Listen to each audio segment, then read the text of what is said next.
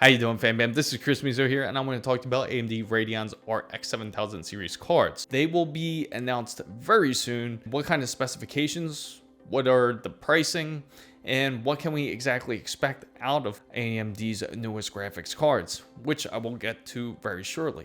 But the very first thing I do want to talk about, especially if we're going to compare AMD's Radeon cards, is Nvidia's RTX 40 series cards.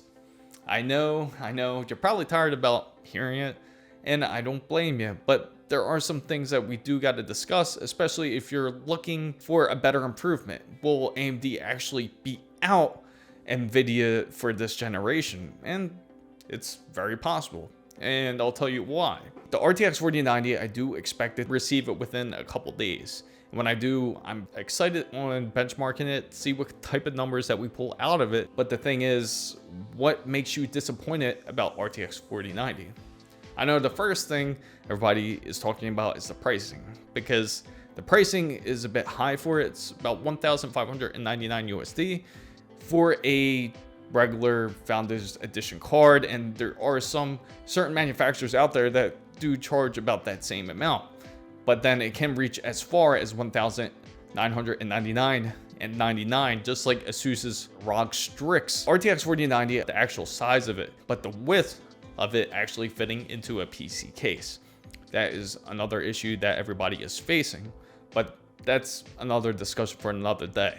But what are the actual disappointments for it? The number two thing I know everybody is not too happy about is the DisplayPort 1.4a. Jensen said that DisplayPort 2.0 isn't quite ready for the world yet, because there are some developments that need to be made for it to actually be finalized into their product. Lastly, a lot of people are disappointed about is that it still uses PCI Express 4.0. Let's kind of break down on those first. First off, I gotta say PCI Express 4.0 isn't that big of a deal. And you're probably like, why? Why is it not a big deal? Every board out there, especially the newer generation boards, the new motherboards all have PCI Express 5.0. It's not as important because we don't even utilize all of PCI Express 4.0 now, let alone PCI Express 5.0. So if we do want to get up to those speeds, unless graphics cards actually start utilizing the speeds for what it can reach up to, then yes, I would say then it's a big deal. But currently it's not as big of a deal, because even if you look at the RX 6900 XT, or if you look at even Nvidia's RTX 3090 Ti or their RTX 4090, you're gonna notice that it doesn't quite use the bandwidth. And I'm more than happy to share that with you, fam bam, because once it does arrive, we will do some testing and I'll show you exactly what I mean by that. We don't utilize the bandwidth when it comes to PCI Express 4.0 or even PCI Express 5.0.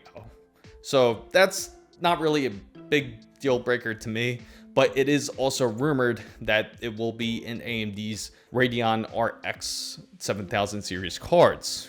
So even if it is included, the important thing is, will AMD be able to utilize it? And if they are, that is a major win for them, but more than likely, to be realistic, I don't see it happening just yet. But what I am disappointed in is the actual DisplayPort 1.4a. The reason being is because it doesn't sound like that big of a deal, but if you do use DisplayPort 1.4a, it's not a big deal if you're not using multiple 4K monitors, or you're not using something as high res as an 8K monitor, because I doubt a lot of people out there are using 8K as it is currently.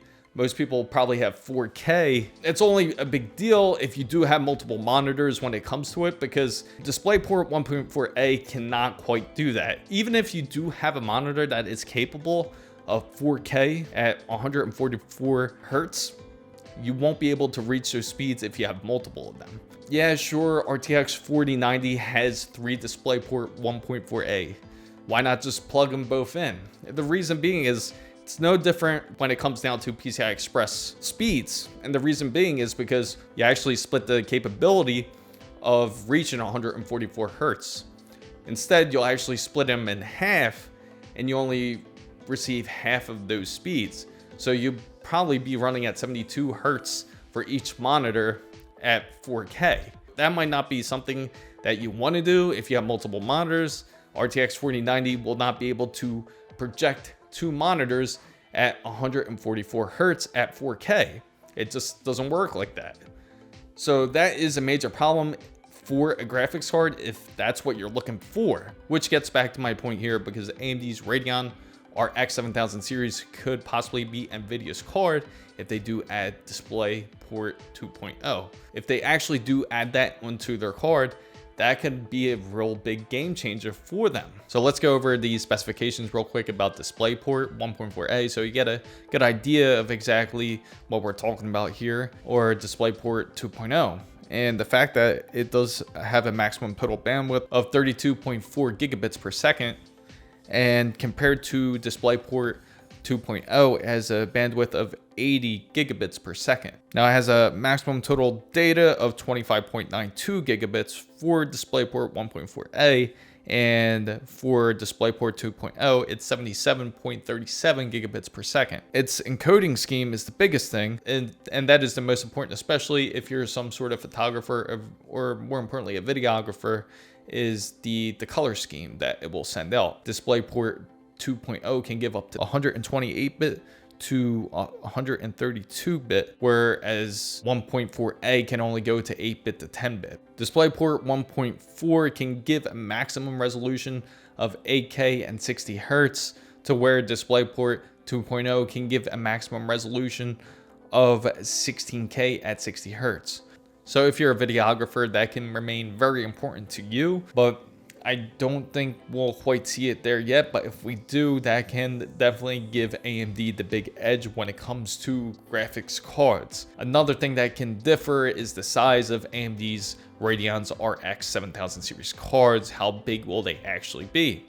And of course, at the current time, we don't know that just yet. So what can AMD do to improve their graphics card to be much more of a fierce competitor against Nvidia? And it's just to add a few things in there. DisplayPort 2.0 is just one of them, and there are a couple other factors which I will name very shortly. What will AMD's Radeon RX 7000 series actually feature? We do know it will have RDNA 3, which is the direct successor of RDNA 2. When they do have the new chipset nodes, instead of having TSMC's 7nm process nodes, they will have their 5nm chipsets that will be inside of their new graphics card.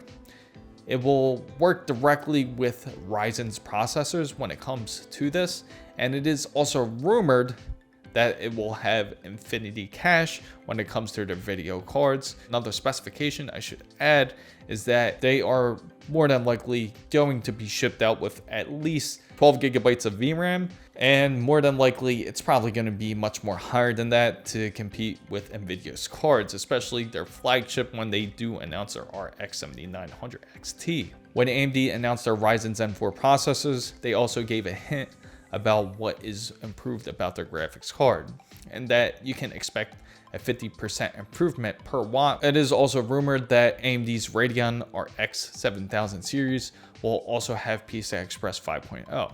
It might not be all the models that will feature it, but if they do feature it, more than likely it'll be their higher end models such as the 7900 XT and the 7950 XT. What about the power usage of AMD's Radeon RX 7000 series?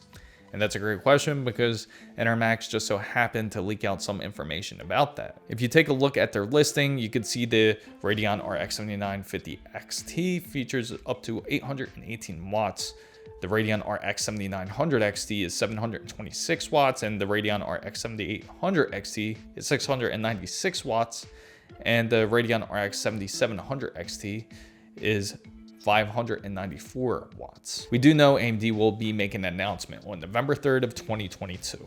AMD will feature in their new GPU that it won't be a typical GPU setup to where you have the GPU processor and you have the memory separate or working together in the graphics card. Instead, you'll have a multi-chip module, which will be a first of its kind and will be groundbreaking technology which AMD claims to use. And about the release date here, from rumored information from ECSM, He mentions that the launch event would take place in November, but there was no exact date that was given about it. Instead, he did say that when they do release their product, the sales for RDNA 3 would begin the second week of December. And what kind of price can we expect from AMD's Radeon RX 7000 series? More than likely, it's going to be competitive, especially compared to Nvidia's high cost when it comes to their graphics card. Perhaps we could see $1,299 USD for AMD's 7950 XT, which would be their flagship card. Definitely a hard deal to beat, especially if they're not too far apart when it comes to actual benchmarks. But until then, we'll know for sure if it will actually be the better deal, or maybe it will have the better features that you're looking for that will match your needs. So FanBam guys, I do gotta say this, if you guys out there are just looking for a better deal and that you don't want to spend over $1,000 for a graphics card, I can completely understand.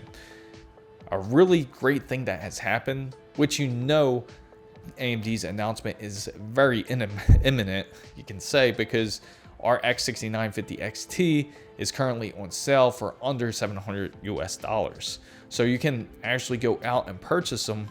I have the links right down below if you want to check them out. So that does give a large indication that AMD will be releasing their graphics card soon.